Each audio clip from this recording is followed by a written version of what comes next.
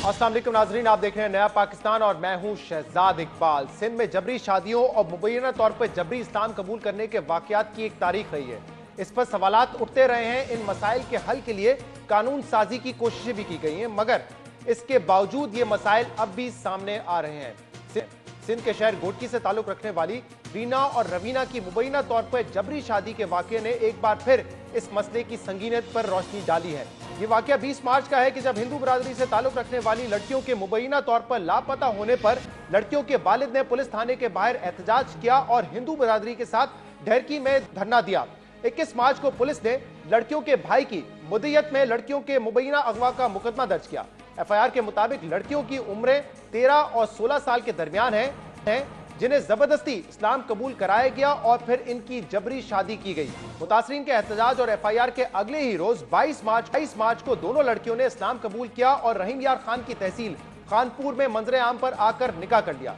लड़कियों के वालिद और भाई इनके अगवा और जबरी इस्लाम कबूल करने का इल्जाम लगा रहे हैं, मगर लड़कियों की एक वीडियो भी सामने आई है जिसमें वो अपनी मर्जी से निकाह और बखुशी इस्लाम कबूल करने का एतराफ कर रही हैं। हम अपनी मर्जी से मुसलमान हुए, हम अपनी मर्जी से शादी की है। इससे अपनी मर्जी से आया हूँ, इससे कोई ज़बरदस्ती को ना। इससे पहले भी मुसलमान होना चाहते थे, पर हो नहीं पाए, फिर भी इसी को कह रहे थे मैं मुसलमान होना है। घर वाले हमारे दुश्मन पड़े हुए, हमको इससे बचा। पुलिस भी हमारे पीछे पड़ी हुई, पुलिस से बचाना है हमको यहाँ पर, इसीलिए हम यहाँ पर आए हैं मुसलमान होने के लिए।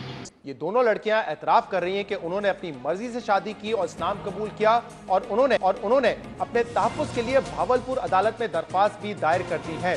मगर फिर भी इस वाक़ये की तहकीकात होनी चाहिए ताकि हकीकत सामने आ सके। ये जानने की जरूरत है कि क्या दोनों लड़कियों ने इस्लाम अपनी मर्जी से कबूल किया है या उन्हें जबरदस्ती अपना मजहब तब्दील करवाया गया है, क्योंकि इस्लाम किसी भी शख्स की जबरदस्ती मजहब तब्दील करवाने की हरगिज इजाजत नहीं देता।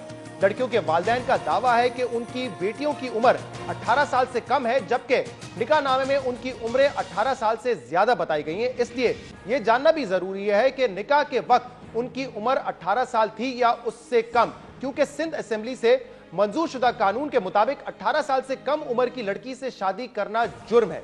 इत्तलात के मुताबिक लड़कियां और इनके शौहर इस वक्त रहीम यार खान में रूपोश हैं।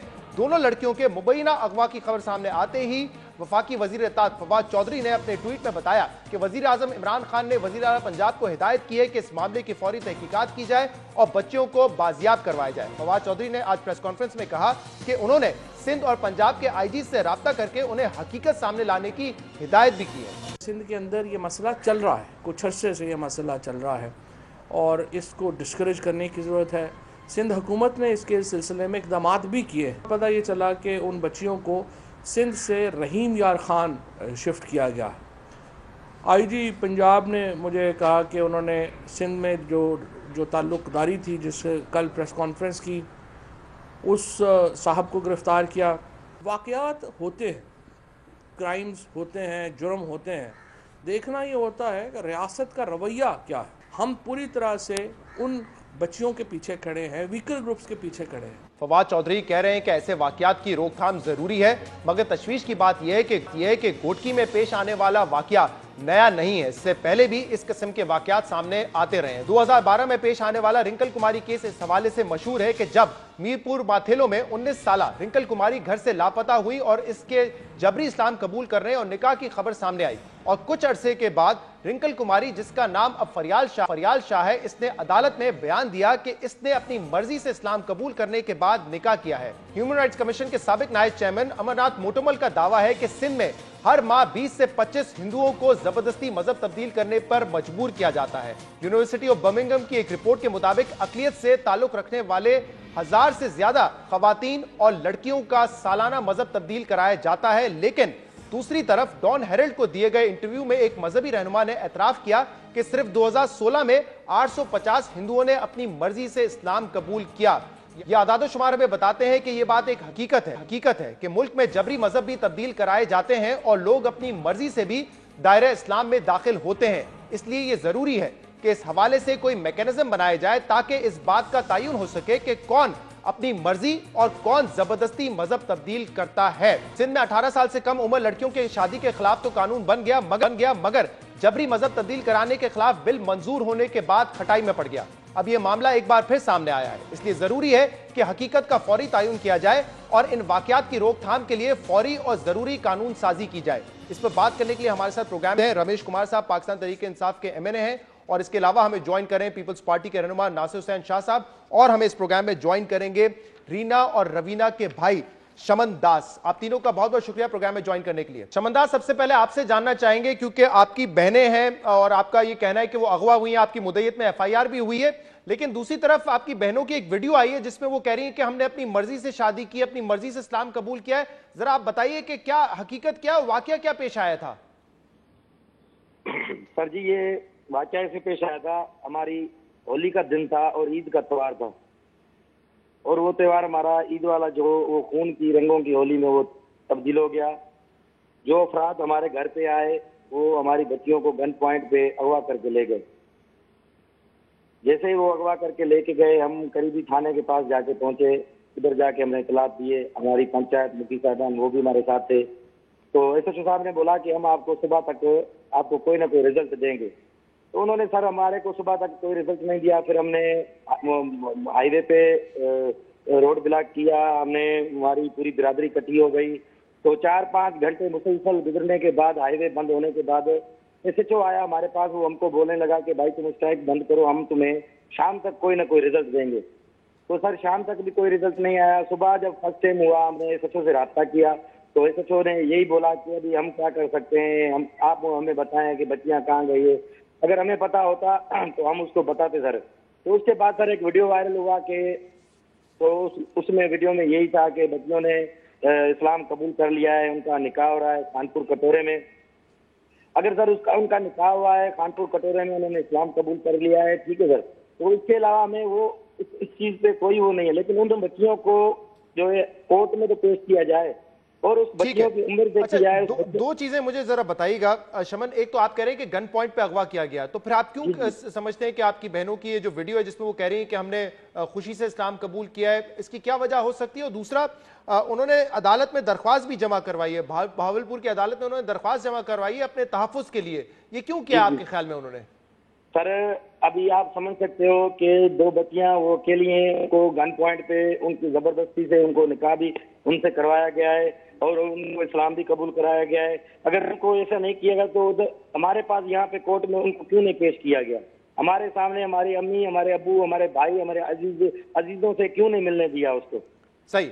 दूसरा एक मसला आ रहा है सामने, क्योंकि आपने अपनी FIR में बताया कि आपकी बहनों की उम्र 13 और 16 साल थी, लेकिन हमारे सामने जो निकाहनामा आया है और जो मेडिकल रिपोर्ट है उसमें उनकी उम्र 18 साल से ज्यादा बताई गई है। सर हमारे पास गवर्नमेंट ऑफ नादरा का बेफार्म पड़ा हुआ है, उसमें बच्चियों की उम्र 13 जी। और मौलवी साहब ने ये जिसने निकाह पढ़ाया है, आपकी आवाज कटी, आपने कहा आपके पास बेफार्म मौजूद है? जी सर, बेफार्म मेरे पास मौजूद है, मैंने आल पाकिस्तान में भेजा हुआ है और आप बोलेंगे आपके पास नहीं भेज। बिल्कुल, मेरी टीम आपसे राब्ता करेगी और वो आप हमें जरूर व्हाट्सएप कीजिए जो आप कह रहे हैं, क्योंकि ये तो कानूनी तौर पे इजाजत ही नहीं है कि अगर लड़कियों की उम्र 18 साल से कम हो तो वो शादी कर सकें। ये तो कानून सिंध असेंबली ने पास किया हुआ है। अब मैं अली भाई के व्हाट्सएप पे अभी उसकी अपना बेफार्म भेज रहा हूं सर जी। सही, आप बेफॉर्म भेजिए, बल्कि मैं टीम से कहूंगा बेफॉर्म लेके इसके चलाइए। नासिर शाह साहब, अब आपके सामने दोनों वर्जन है, एक फैमिली का वर्जन है, एक लड़कियों का और मौलवी का वर्जन है। आप लोगों ने तहकीकात की और किस नतीजे पे पहुंचे? केस है क्या ये? अगवा का केस है, जबरी मजहब तब्दील करने का केस है या अपनी मर्जी से गई हैं लड़कियां? बिस्मिल्लाहिर्रहमानिर्रहीम, अल्लाहुम्मा सल्ली अला मुहम्मदिन व आले मोहम्मद। अस्सलाम वालेकुम। देखें जी, ये जो भी हुआ है शमन या उनकी फैमिली के साथ, उसकी मजम्मत करते हैं और किसी को भी ऐसे इजाज़त नहीं है बिल्कुल कि किसी के ज़बरदस्ती किसी को ले जाए या वैसे भी। और हमारे यहाँ सिंध में तो अर्ली मैरिज एक्ट जो है वो भी पास है और उस कानून पर भी सख्ती से अमल होता है। यही वजह है कि इन्होंने जाकर पंजाब में वहाँ के एक शहर में ये सारा निकाह भी किया या कोर्ट में भी पेश हुए, लेकिन हमारी पुलिस वहाँ पे गई हुई है। चीफ मिनिस्टर साहब ने नोटिस लिए हैं और चीफ मिनिस्टर साहब ने इवन चीफ मिनिस्टर पंजाब से भी बात की है। उन्हें भी रिक्वेस्ट की है कि इनको फौरी तौर पर बाजियाब कराया जाए और फिर कोर्ट में ये सारा सिलसिला हो। और जिस तरह क्योंकि उनके ये भाई डिटरमिन जो करना है, जरूरी है, इसके बता हकायक, रहे हैं, इसकी तहकीकात होनी जरूरी है कि हकीकत क्या है ये सामने जी, आना चाहिए। बिल्कुल एग्जैक्टली जी, बिल्कुल बिल्कुल। ये इसी वजह से हमारी पुलिस इस वक्त वहाँ पे मौजूद है और जो वो उन्हें कह रही है कि जी इनको चेक किया जाए, क्योंकि जिस तरह शमन या दूसरे लोग बता रहे हैं कि हमारे आज मिनिस्टर अवैस कादिर शाह साहब भी वहाँ पे गए थे, चीफ मिनिस्टर साहब ने भेजा था उन्हें, और हम लोग पूरी तहकीकात कर रहे हैं। और अगर वो उनकी उम्रें पूरी नहीं है तो बिल्कुल भी कानून इस बात की इजाज़त नहीं देता कि कोई इस तरह से कुछ करे उनके साथ, कोई भी ज़बरदस्ती या ज़्यादती। जी सही। एक बात बड़ी अहम ये भी है नासिर शाह साहब, इस वक्त बिलावल भुट्टो साहब बड़े वोकल हुए हुए हैं, बड़ी एग्रेसिव पोजीशनिंग है उनकी, हुकूमत वक्त के खिलाफ, इंतहा पसंदी के खिलाफ बात कर रहे हैं। पिछले कई दिनों से ह्यूमन राइट एक्टिविस्ट उनको कर रहे हैं, उनको बाकायदा ट्वीट कर रहे हैं, टैग कर रहे हैं उनको कि ये मसला है। लेकिन हमने नहीं देखा कि बिलावल भुट्टो साहब ने इस पर कोई बयान दिया हो या कोई अहकामात जारी किए गए हों, क्योंकि वो सिर्फ मेंबर नेशनल असेंबली नहीं है, आपकी पार्टी के चेयरमैन भी है और ह्यूमन राइट कमेटी जो है नेशनल असेंबली की, उसके चेयरमैन भी है। मैं आपको एक अर्ज करूं कि ये जितना एक्शन यहाँ पे हुआ है ये चेयरमैन बिलावल भुट्टो जरदारी साहब के अहकामात पर भी हुआ है, और वो हमेशा इस तरह का कोई भी इशू हो तो फौरी तौर पर वो चीफ मिनिस्टर या कैबिनेट के मेंबर्स या सबको ये उनकी तरफ से हुक्म आता है कि इस पर आप फौरी तौर पर अमल करें और इनकी दाद रसी करें। और जो नॉन मुस्लिम हैं उनके लिए सबसे ज़्यादा जो कानून साजी हुई है या जो भी उनको मराद दी जाती हैं या उनको हमने सेनेट में, नेशनल असेंबली में, प्रोविंशियल असेंबली में किया, वो चेयरमैन साहब की तरफ से ही हुआ है। बिलावल साहब एक बयान दे देते या ट्वीट कर देते, ये बड़ा अहम था। माइनॉरिटीज के साथ इज़हार यकजहती दिखाना इस मौके पे बहुत जरूरी है। जरूर दिया होगा, जरूर दिया होगा, जरूर दिया होगा। और मैंने चेक किया है, नहीं दिया। देखिए हम लोग एक मिनट अगर मुझे आप इजाजत दे, देखें हम ट्वीट्स की सियासत नहीं करते। जिस तरह काबिल एहतराम वजीर आजम साहब ने एक ट्वीट कर दिया कि उन्होंने एक्शन ले लिया है, हालांकि उससे पहले ही चेयरमैन साहब के अहकामात पर चीफ मिनिस्टर साहब ने ये एक्शन ले लिया था। ट्विटर अकाउंट देख लीजिए की बात नहीं होती सर, एक्शन आप ट्विटर अकाउंट देख लीजिए और इसके बाद फैसला कीजिएगा कि वो ट्विटर की और ट्वीट्स की सियासत करते हैं या नहीं करते। रमेश कुमार साहब, बिल्कुल वो जो अपनी जगह पे है, लेकिन मैं आपको बात करूं कि ये इस सर, तरह मैं जरा का रमेश कुमार साहब को ले लूं। जी, जो एक्शन लिया गया है, आपने शमन दास की बात सुनी, आपने वजीर आजम का पैगाम भी सुना है, नासिर शाह मुतमईन है, और आपको लगता है कि अब कंक्लूड होना चाहिए और पता चलना चाहिए कि फैक्ट्स क्या है इसके? शहजाद, मैं खुद 17 साल से पार्लियामेंट के अंदर भी हूँ और ये सारी चीज़ें देख रहा हूँ। मैं बदकिस्मती समझता हूँ इस चीज़ की कि हम लेजिस्लेशन की तरफ नहीं जाते हैं। ये आज का इशू नहीं है। 70 सालों से 23% पॉपुलेशन थी at the time of the partition non Muslim community की, आज 5 से 6% पे हम रह गए हैं। किसी ने ये नहीं सोचा कि भाई वो कम क्यों हो रही है। फोर्स्ड कन्वर्जन का प्रॉब्लम आज से नहीं है, मुसलसल ये चलता आ रहा है और ज़्यादातर ये प्रॉब्लम वहाँ पे आता है सिंध के अंदर, और इसके अंदर सबसे पहले इन्वॉल्व होता है मियाँ मिट्ठू, जो पहले पीपुल्स पार्टी का एमएनए था, पहले पीएम पीपुल्स पार्टी का एमएनए था। उसके बाद वो पीटीआई ने उसको जब टिकट दिया, हमने उसको वापस कराया, फिर उसको फंक्शनल लीग ने दिया। आज तक उनको पॉलिटिकल पार्टी सपोर्ट करती हैं, और चाहे मियाँ मिट्ठू हो चाहे पीर अयूब जान सरहदी हो। कमसन बच्चियां क्यों होती हैं? हर बच्ची कमसन अगवा होती है। कोई आपको मैच्योर औरत नहीं मिलेगी, आपको कोई लड़का नहीं मिलेगा, आपको बच्ची मिलेगी। और बच्ची को जिस तरीके से अगवा किया जाता है और मदरसे के अंदर वो भरचुंडी शरीफ पहुंची या पीर अयूब जान के पास पहुंची, उसको कलमा पढ़ा के शादी करा के मना 2 गुनाह करती हैं। एक तो फोर्स्ड कन्वर्जन हुई, दूसरी चीज ये कि फौरन उसकी शादी भी होगी। अब 18 साल कम उम्र बच्ची का सिंध के अंदर लॉ पास है। अच्छा, ये कहते हैं भरचंडी मजार का एग्रीमेंट भी होता है। वो पहले कहते हैं हम फैमिली को कॉल करते हैं और पूछते हैं, और अगर फैमिली एग्री करती है तो फिर कन्वर्जन होती है। ये बात एक ऐसा एग्जांपल नहीं है। अच्छा, एक ऐसा एग्जांपल नहीं है, मगर आज किसी को हिम्मत नहीं है किसी लॉ एनफोर्समेंट एजेंसीज को भी हिम्मत नहीं है कि वो भरचुंडी शरीफ या उसके मदर के अंदर अगर जाके उधर छापा मारे कि वहां से क्या पता करें कि हकीकत क्या है। हकीकत देखिए, मैं एक ब्रेक के बाद आपसे ही शुरू बहुत करूंगा। बड़ा मुझे आपने क्योंकि कानून की भी बात की है, कानून पे भी बात करेंगे। 2016 में ये पीपल्स पार्टी ने सिंध असेंबली से पास करवाया, यूनानिमसली पास हुआ। फंक्शन लीग ये बिल लेकर आई थी, लेकिन इसके बाद गवर्नर से साइन नहीं हुआ और फिर पीपल्स पार्टी ने इस बिल से पीछे हट गई। एक ब्रेक के बाद बात करेंगे इसके बाद।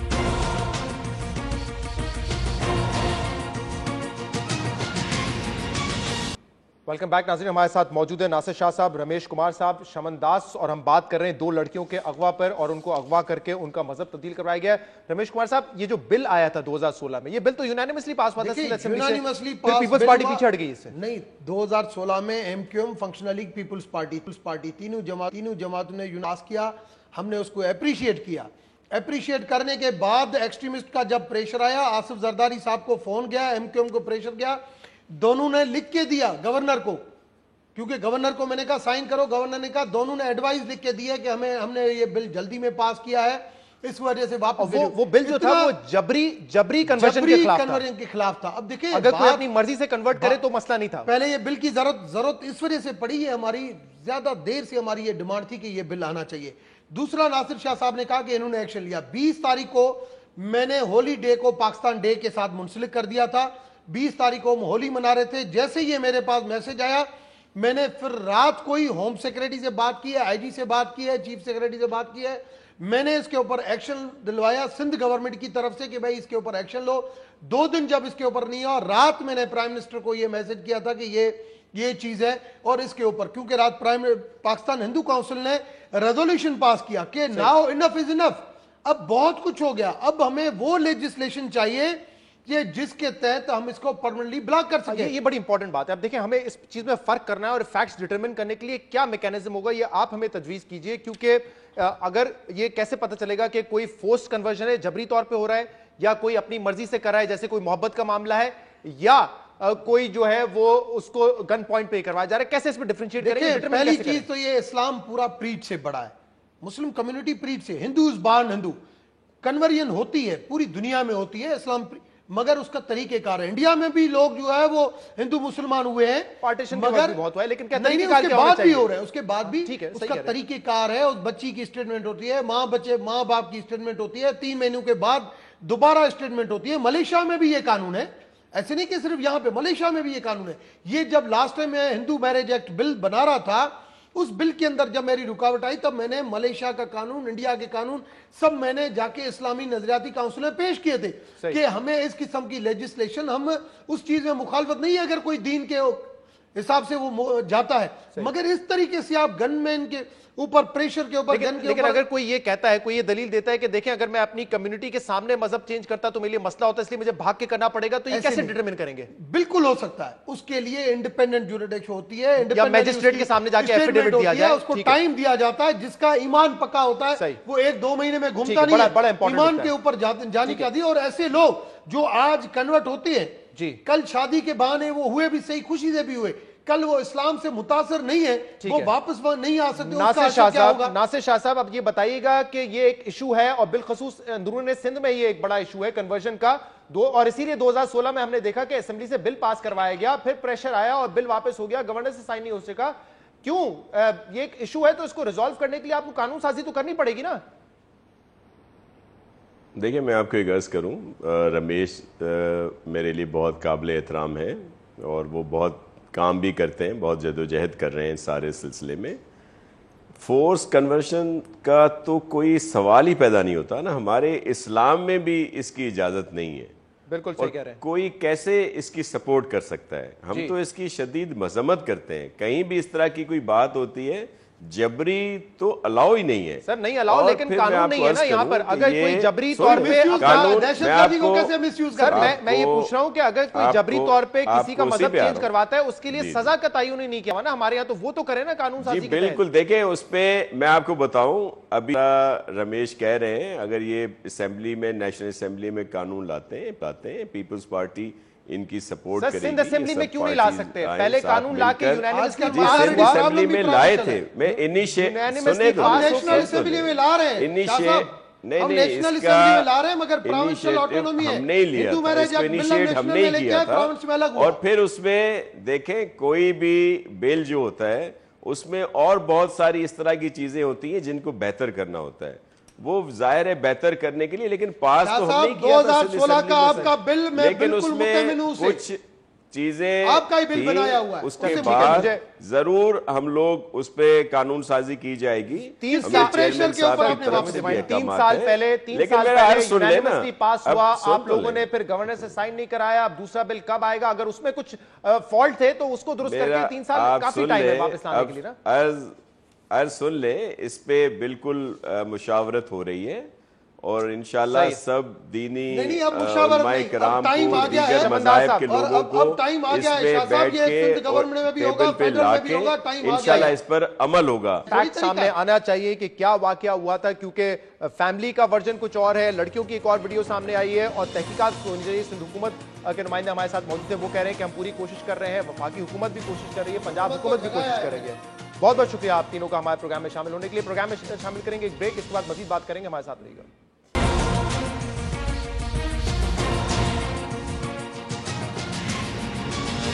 खैबर पख्तूनख्वा के चीफ मिनिस्टर महमूद खान ने बीआरटी का नोटिस देते हुए इंक्वायरी का हुक्म दे दिया है। इंक्वायरी इस बात पर हो रही है कि बार बार डेडलाइन देने के बावजूद बीआरटी का मंसूबा मुकम्मल क्यों नहीं हुआ। 2 रोज पहले हमने इंफॉर्मेशन मिनिस्टर शौकत यूसुफजई साहब से इंटरव्यू किया था और उन्होंने उनसे पूछा था कि बार बार डेडलाइन देने के बावजूद महज एक टेस्ट रन क्यों किया जा रहा है, अभी तक बीआरटी मंसूबा मुकम्मल क्यों नहीं हुआ। तो उन्होंने तो इस बात से ही इनकार कर दिया कि हमने बार बार डेडलाइन दी। उन्होंने कहा सिर्फ 1 मरतबा दी है, जबकि हमने उनको गिनवाया कि 4 से 5 मरतबा खैबर पख्तूनख्वा के साबिक चीफ मिनिस्टर परवेज खटक साहब डेडलाइन दे चुके थे। क्या गुफ्तगू हुई थी हमारी उनसे, सुनिए। हमने शुरू में परवेज खटक साहब ने कहा था कि 6 माह में, फिर उसके बाद 23 मार्च का कहा था वजीर। मैं बता देता हूं, इसके अलावा तो हमने कोई डेडलाइन मैं आपको बता देता हूं। शौकत यूसुफजई साहब को हमने बताया कि बार बार डेडलाइन दी गई थी। पहली डेडलाइन 6 माह की थी, उसके बाद भी कई मरतबा डेडलाइन दी गई। शौकत यूसुफजई साहब ने यह भी दावा किया था कि बीआरटी मंसूबा मुकम्मल हो चुका है, सिविल वर्क मुकम्मल हो चुका है, लेकिन अगर ये काम मुकम्मल हो चुका है तो फिर चीफ मिनिस्टर ने इंक्वायरी ऑर्डर क्यों की है। सुनिए क्या कह रहे थे शौकत साहब। ये जो पीछे आपको स्टेशन नजर आ रहे हैं, इस तरह के स्टेशन तमाम जो उसका स्ट्रक्चर है वो कंप्लीट है, सिर्फ उसमें कहीं पे शीशा रहता है, कहीं जो आईटीएस की इंस्टॉलेशन रहती है। इस वजह से हम पूरी इनागुरेशन नहीं की। वज़ीर आला साहब ने कहा कि मैं उस वक्त इनागुरेशन करूंगा जब इसमें आईटीएस निज़ाम लग जाए। मसला ये है कि वो लोग जो पंजाब में बैठ के वहां से शूटिंग करते हैं कि जी यहाँ कुछ भी नहीं हुआ, तो मैं इतना बड़ा ह्यूज स्ट्रक्चर है। तो शौकत साहब हमारे सवालत के जवाब में कभी ये कह रहे थे कि पंजाब से लोग बैठ के शूटिंग करते हैं, देखें हमने इतना बड़ा मंसूबा बना लिया है। कभी उन्होंने जाती तौर पे ये कहा कि आपको इस मंसूबे से तकलीफ है, जिसका जवाब हमने उसको प्रोग्राम में दिया था। लेकिन अब फैक्ट ये है कि खैबर पख्तूनख्वा के चीफ मिनिस्टर ने खुद इंक्वायरी ऑर्डर की है कि क्यों ये मंसूबा मुकम्मल नहीं हुआ है, और ये भी कहा है कि आइंदा बार बार डेट्स नहीं दी जाएंगी जब तक हतमी तौर पे हमें ना पता चल जाए कि ये मंसूबा कब मुकम्मल होगा। इस पर बात करेंगे, हमारे साथ मौजूद हैं खैबर पख्तूनख्वा हुकूमत के तर्जुमान अजमल वजीर साहब। अजमल साहब बहुत बहुत शुक्रिया वक्त देने के लिए। शौकत यूसुफजई साहब कह रहे थे कि मुकम्मल हो चुका है मंसूबा, कोई ऐसी परेशानी की बात नहीं है, लेकिन ऐसा लगता है कि चीफ मिनिस्टर केपी जो है वो नाखुश हैं और इसीलिए उन्होंने इंक्वायरी का हुक्म दिया है। ये जो बीआरटी का जो आपको पता है, जैसे ये बहुत बड़ा मंसूबा है, खैबर पख्तूनख्वा का फ्लैग मंसूबा है। इस हवाले से जहाँ तक कॉरिडोर का जो मेन कॉरिडोर है, जो वर्क्स है, जो सिविल वर्क्स है, वो तो कंप्लीट हो चुका है, लेकिन इसमें स्टेशंस कुछ है जो कि अभी कंप्लीट नहीं है, और इसके साथ और भी जो इसमें वो जो आईटीएस का सिस्टम है वो भी अभी तक नहीं हुआ। तो इसमें जो मेन बात थी वो ये थी कि जो इससे रिलेटेड डिपार्टमेंट्स हैं बीआरटी से और कॉन्ट्रैक्टर, इनके तकरीबन हमारे कोई 10-15 मीटिंग्स हो चुके थे, जो चीफ मिनिस्टर खैबर पख्तूनख्वा महमूद खान साहब ने उसको चेयर किया था, और उसमें ये बाकायदा उन्होंने ये डेट हमें दी थी 23 मार्च की, जिसके ऊपर चीफ मिनिस्टर खैबर पख्तूनख्वा ने कल 23 मार्च जब हुआ तो कल उन्होंने एक्शन लिया और इस पे बाकायदा जो सूबाई इंस्पेक्शन टीम है उसको हदायत जारी की कि इसमें जो जो कोताही है और इसकी फौरी तौर पर इंक्वायरी की जाए और उसका जो भी इसमें जो भी लोग इसमें वो कोताही नजर आएगी उसके खिलाफ सूबाई हुकूमत सख्त एक्शन लेगी। साहब, अभी जो रीसेंट मसाइल रहे हैं वो तो हमारे सामने है, लेकिन खैबर पख्तूनख्वा गवर्नमेंट को क्या ये रियलाइजेशन है, क्या वजीर आला को ये रियलाइजेशन है कि उन्होंने पहले कहा था कि 6 महीने में, जब पिछले वजीर आला थे परवेज खटक साहब के, 6 महीने में मुकम्मल कर लेंगे, उसके बाद बार बार तारीखें दी गई हैं लेकिन ये मुकम्मल नहीं हो सका मंसूबा। तो ये रियलाइजेशन है हुकूमत को कि जो डेडलाइंस दी गई थी वो हकीकत पर मबनी नहीं थी, वो रियलिस्टिक नहीं थी। जो मौजूदा हुकूमत है, हमने कोई डेडलाइन, ये एक वाहिद डेडलाइन दी थी महमूद खान साहब ने, और वो भी कॉन्ट्रैक्टर और जो उससे रिलेटेड डिपार्टमेंट है उन्होंने ये डेट दी थी कि 23 मार्च को हम कंप्लीट करेंगे। उनके बिहाफ पे हमने ये अनाउंस किया था कि 23 मार्च को इसका हम इफ्तिताह करेंगे। अब जब 23 मार्च को वो इफ्तिताह नहीं हो सका क्योंकि चीफ मिनिस्टर खैबर पख्तूनख्वा महमूद खान साहब ने वाजे कर दिया था कि मैं कोई भी ऐसा इफ्तिताह नहीं करूंगा जिसमें काम मुकम्मल तौर पर कंप्लीट नहीं होगा, और साथ ये भी कि जो मेयार है, जो कॉरिडोर का मेयार है, जब तक उस पर वो पूरा नहीं उतरेगा तो इस किस्म का हम कोई इफ्तिताह नहीं करेंगे। फिर बात आ जाती है कि वही फिर वो शहबाज शरीफ वाला काम अगर हमने नहीं किया ना कि वो ऑरेंज ट्रेन मुकम्मल नहीं थी और बोगिया चढ़ा दी। ये जो 22 मार्च को टेस्ट रन किया है ये सिर्फ एक दिखावा ही था, और शायद लोगों को बताने के लिए कि देखिए हम कितना करीब पहुंच चुके हैं, क्योंकि सिर्फ 20-21 बसें आई हैं, 220 बसें आना बाकी हैं, 220 टोटल बसें, अभी तक 20-21 आई हैं। आपने सिर्फ अगर सड़क पे ये बताया कि हमने टेस्ट रन किया है, ना आपके तमाम स्टेशन बने हैं, ना ITS सिस्टम वहां पे मौजूद है, तो इसका मतलब अवाम के इस्तेमाल के लिए जो चीज नहीं है, तो टेस्ट रन तो दिखावे के लिए किया था ना। जैसे आप कह रहे हैं शहबाज शरीफ साहब ने ऑरेंज ट्रेन का टेस्ट रन किया था, आप लोगों ने भी यही काम किया है। जो 2 दिन पहले जो हमारे मिनिस्टर साहब ने किया था, वो जो टेस्ट रन था वो तो ये था कि पता चले कि जो रोड मुकम्मल हो चुका है, क्योंकि हम अभी भी मैं आपके प्रोग्राम के तवज्जुह से कह रहा हूं कि स्टेशनों में कुछ स्टेशन मुकम्मल नहीं है, रोड जो कॉरिडोर है मेन वो तो मुकम्मल हो चुका है। तो उसको चेक करने के लिए कि कोई ऐसा मसला तो कहीं पे नजर नहीं आया या कोई ऐसी बात ना हो कि जिसकी वजह से कल को फिर कोई मसला या कोई सवाल उठे, उसके लिए ये टेस्ट रन किया गया था। शौकत यूसुफजई साहब हमारे साथ मौजूद हैं, वजीर इत्तलात हैं खैबर पख्तूनख्वा के। शौकत साहब, 2 दिन पहले आपसे हमने सवाल किया और हमने कहा कि कई मरतबा पहले डेट दी गई, मंसूबा मुकम्मल, आपने कहा हमें परेशानी नहीं है, पंजाब में लोग बैठ के तनकीद कर रहे हैं, उनको नहीं पता। लेकिन ये चीफ मिनिस्टर खैबर पख्तूनख्वा है महमूद खान साहब, ये पंजाब के ना शहरी हैं ना पंजाब के वजीर आला हैं, उन्होंने नोटिस लिया है। हमारे सवालात उस दिन आपको बड़े बुरे लग रहे थे, लेकिन अब तो चीफ मिनिस्टर खुद नोटिस ले रहे हैं और वो ये कह रहे हैं कि बार बार डेट ना दें, जब हतमी तौर पे पता चल जाए कब मुकम्मल हो रही है उस वक्त डेट दी जाए सिर्फ। बिस्मिल्लाहिर्रहमानिर्रहीम। देखिए जी, बार बार डेट कौन सी दी गई है? एक कहा था परवेज खटक साहब ने कि 6 माह में बनेगा, उसकी वजूहात थी। उसकी वजूहात ये थी कि जब हम शुरू कर रहे थे उस वक्त बहुत ज्यादा रेजिस्टेंस थी और जो अपोजिशन के लोग थे उससे फायदा उठाना चाहते थे और वो कहते थे लोगों के जी ये तुम नहीं बनेगी, ये 4 साल में नहीं बनेगी, 6 साल में नहीं बनेगी और ये आपके लिए मुसीबत खड़ी करेगी। इसलिए वो उस वक्त जो है ना ये परवेज खटक साहब ने कहा कि हम 6 महीने में बना के देंगे आपको, तो वो एक जरूरत थी उस वक्त। और फिर उसके बाद आपने देखा साहब, मैं आपको तमाम तफसीलात बता देता हूं, मैं आपको बताता हूं। पहले कहा गया मार्च के महीने में 2017 में कि ये 17 अक्टूबर 2017 अक्टूबर तक मुकम्मल हो जाएगी। सुन लीजिए, मैं परवेज खटक साहब के आपको बयान सुना देता हूं, मैं आपको बयान सुना देता हूं। मैं देखिए, मैं उनकी बयान नहीं, जो 6 माह का वक्त उन्होंने दिया था जी, 6 माह। सुन तो लीजिए, आप मेरा सवाल सुने, इसके बाद जवाब दे दीजिएगा। उन्होंने कहा था अक्टूबर 2017 में मुकम्मल हो जाएगी। अक्टूबर 2017 में उन्होंने फिर बयान दिया कि ये मार्च 2018 में हो जाएगी, और फिर उन्होंने मई 2018 में एक और बयान दिया कि ये 5 महीने में मुकम्मल हो जाएगी, और फिर जो मौजूदा वजीर आला है उन्होंने दिसंबर 2018 में ये बयान दिया था कि ये मार्च में मुकम्मल हो जाएगी। तो ये ना कहिए कि 1 या 2 डेट्स दी गई हैं, इसका बाकायदा परवेज खटक साहब का ऑन रिकॉर्ड टेलीविजन पे मौजूद है। आपका स्पेसिफिक क्वेश्चन क्या है? क्योंकि बीआरटी तो हम बना रहे हैं, उसका सर मेरा स्पेसिफिक क्वेश्चन ये है, उस दिन आपने हमें कहा कि कोई परेशानी की बात नहीं है, ना आवाम परेशान है, ना हुकूमत परेशान है, सिविल वर्क मुकम्मल हो चुका है। लेकिन यहाँ पे इंक्वायरी चीफ मिनिस्टर साहब खुद बिठा रहे हैं कि ये क्यों नहीं हो रहा वक्त पे मुकम्मल। देखिए, वो इसलिए बिठा रहे हैं, वो कह रहे थे कि क्योंकि 23 मार्च के जो डेडलाइन थी वो इंजीनियर्स ने दी थी। अब वो कह रहे हैं कि जिसमें बारिशें हुई हैं और महीना बारिशें थी, इसकी वजह से हमें काम में रुकावट आई। ठीक है, वो तो जो भी है उसमें, लेकिन जो स्ट्रक्चर वर्क है वो कंप्लीट है। अभी सिर्फ जो आज भी आपके बहुत सारे चैनल थे वो मेरे साथ गए, मैं उनको फिराया हुआ है, पूरे बीआरटी पे घुमाया। मैंने आपको भी दावत देता हूँ, आज आप भी देख लें, ये जो स्ट्रक्चर हमने बनाया है, से या सहाफियों के घूमने से मंसूबा मुकम्मल नहीं हो जाता, ये अवाम के लिए मंसूबा है। जो भी जब अवाम इससे मुस्तफीद होगी तो फिर उनको फायदा होगा ना। किया हुआ है, आपने ये फैसला किया हुआ है कि हमने केपी गवर्नमेंट की क्लास लेनी है। नहीं सर, मैं क्लास नहीं ले रहा हूँ। खुश है सर, मैं अवाम खुश है, अवाम हमारे ये कहा से बहुत खुश है। शौकत साहब देखिए, इंशाअल्लाह ताला जल्द मुकम्मल हो जाएगा। उस दिन भी शौकत साहब, मंसूबा है। शौकत साहब सुन लीजिए, 2 रोज पहले भी आपने सवाल किया, आपसे आपने हम पे जाती हमला किया।